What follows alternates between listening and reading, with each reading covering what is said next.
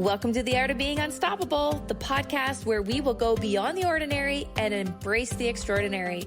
Be part of down-to-earth, no BS conversations where we will explore hot topics on love and money, relationships and business, beauty, and who we get to be with all that shit in between. With our insights and your actions, let's be unstoppable together. Let's go. So I have been reading this book called The Courage to Be Disliked. It has literally been a game changer for me. And one of the things that hit me like a ton of bricks is this sentence: trauma does not exist. And so I thought today this would be a great podcast to talk about, because when I heard this, my mind was almost blown. Absolutely. So tell me more about it. Okay, when we're talking about trauma not existing, there's a lot of people that have experienced trauma. And so when I'm talking about this today, I just want you to let it in. Maybe it's a different view. Maybe it might fit with your paradigm or not fit with your paradigm, but just let it in. And I think the intention is really to shift our view about trauma. So trauma doesn't exist. And what he meant by that is it's not actually the circumstance or the situation, but the meaning we attach to it that creates the trauma response. And it doesn't mean that we don't have emotions because of the trauma, Right. But it's the meaning that we hang on to. And So like the story that we attach to the event that happened. Exactly. The trauma event. Okay. And so we can classify almost anything as trauma. Somebody who experienced, for example, I'm going to share a story because I actually was driving home one day and I saw a car flipped upside down in the ditch. And I realized that there was somebody trapped in the car. And next thing I know, I'll make a very long story short, the car caught on fire and I saw somebody die before my eyes. Now, some people would say, how did you overcome that trauma? And I could classify that as a trauma. But a first responder who sees this all the time, they don't classify that as a trauma. It's an accident. So it's the same situation, but a different meaning attached to it based on our context, based on our life, based on Perception. Absolutely. So when I heard this in this book, I was thinking, what impact could this have on people if they were willing to see that our trauma is just a situation that happened? We attach meaning about ourselves. And if we could actually leave the past in the past and, there is no past, there is no future. We can just deal with right here and now. Why do people continue to hang on to the trauma years and years later? Why do people hang on to the hurt and the negativity? I have a hard time with that. I have experienced trauma. I just lost both of my parents the last couple of years ago. And, that was very traumatic. But I also realized that losing them, yes, it was horrible. It was horrific. Am I going to live in that for the rest of my life, be sad, be unaware of everything going on around me because I'm going to be stuck in that place of the trauma of losing my parents? Or am I going to try and deal with that and move on? And that's the thing. I think traditional psychology and therapy, it's always talking about the past. So in this book, they were saying that it's basically there is no past, there is no future, there's only right here and now, and we can only deal with the here and now. And so when it comes to the traumas that we've experienced, the situations that happened, it's not that we're negating that they happened. They did happen. And Absolutely. There are emotions attached to that. But if we can actually see it from a different view, and we talk about this a lot, where fourth level responsibility. Now, this is going to be another podcast for another time. But if we're the source and creator of our reality, we don't create trauma. Trauma is what happens. But how can we really reframe the way we see it and learn from it, grow from it, and maybe help others? I know we work with coaches a lot, and a lot of coaches have experienced a lot of situations, a lot of things in their life. They're reframing that. They're helping other people so that other people who haven't done as much work as coaches or other people, they're fast tracking their results. They're helping them reframe the way that they see it. And the ultimate goal really, isn't it to have freedom? Absolutely. Freedom from the past, freedom from the hurt, freedom from the pain. This is the other thing that really hit me. Now, some people might really get triggered when I say this, but sometimes we use trauma as an excuse to not live our life. Okay. So that meaning to stay in it? Are we sitting in our shit? So like, I know, for lack of a better explanation, but that's where I could have sat in my shit. We all could have chose that. You have a choice. The only thing that I feel that we have control over is our own choices.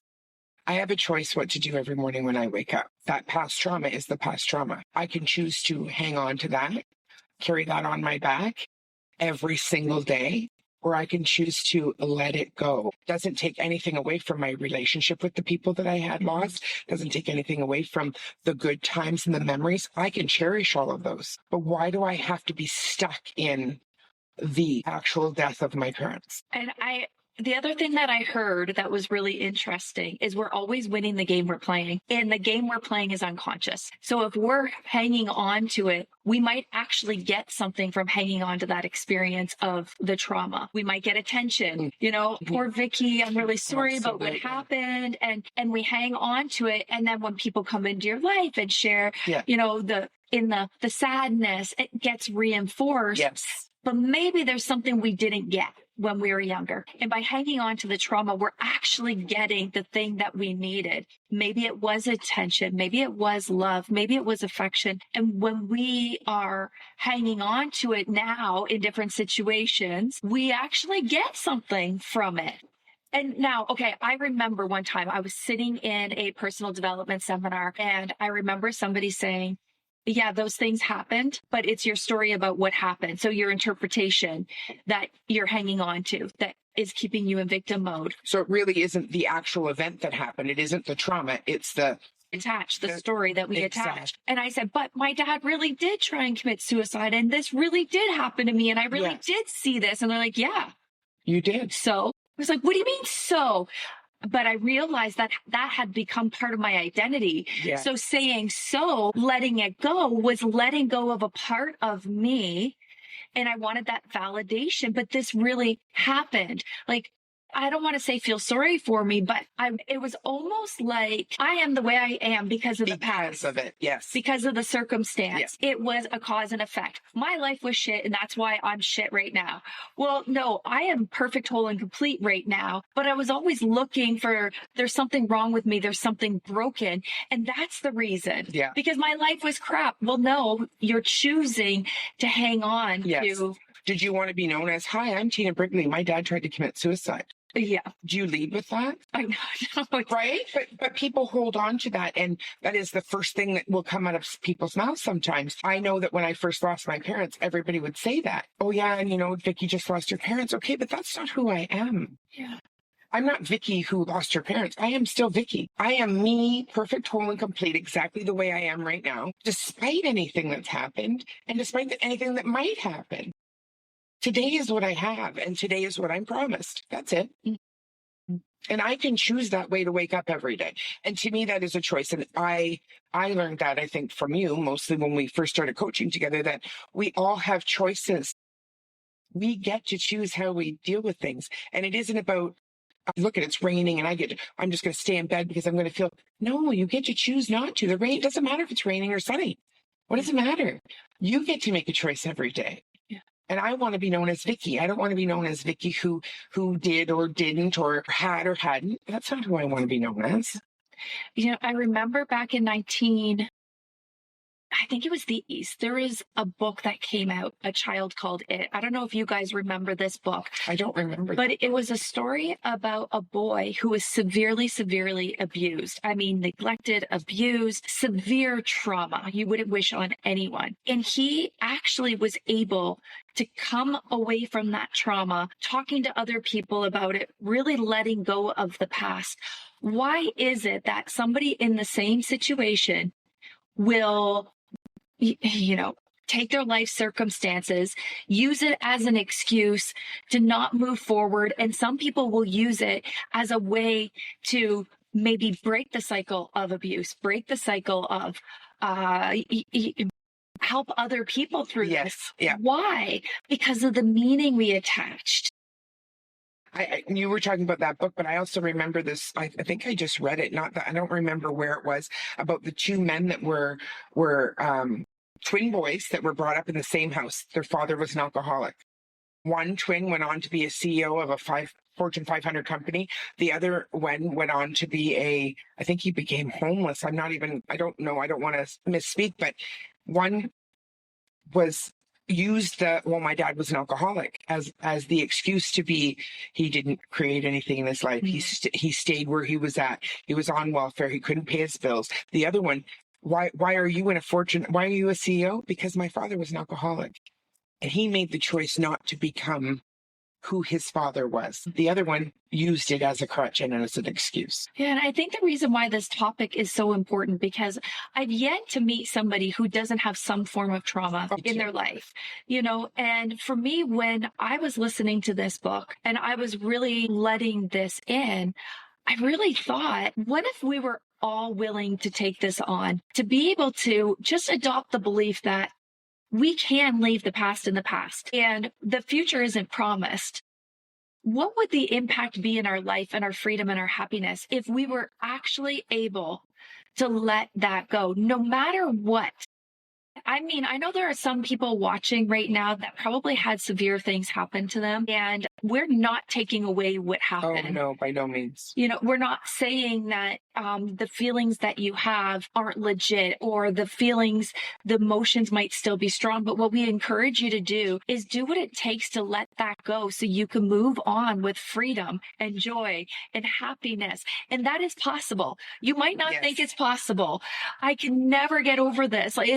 And I want you to consider that if you are in that spot, I'll never get over this. I'm going to have to spend years working this out and years going to therapy. Consider that's not true. Consider you may be winning the game that you set out to play. And if you're willing to be aware and let in a different view, just let it in. Some miracle might actually happen to you in your life. It was hard for me to let go of the things that happened to me in my past. It really was. But I made it my mission to really want to not only help myself, but to help others live with freedom, joy. Because when you can do that, there is an access to power that nobody can take away from you. That's right. It's like a superpower. The past, the future, you get to be in the driver's seat. And I really do think that this is what we want to have these conversations in these podcasts. Absolutely. In these videos, because I feel that not enough people are having these authentic conversations and people are feeling alone. And I know that sometimes it's just a little shift in perspective. Yeah. And if we are willing to let it in,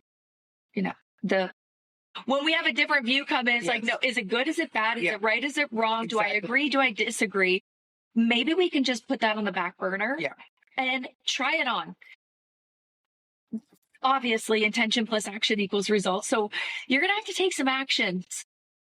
You can't just listen to this and agree or disagree. Just let it in. It's not right or wrong. None of this is right or wrong. This isn't necessarily my opinion or your opinion. This is just, it is what it is. And if we can, I think all I want is to be able to inspire others to be able to be their best version of themselves. Mm-hmm. And if we can help and show somebody that, yes, your trauma, it is real.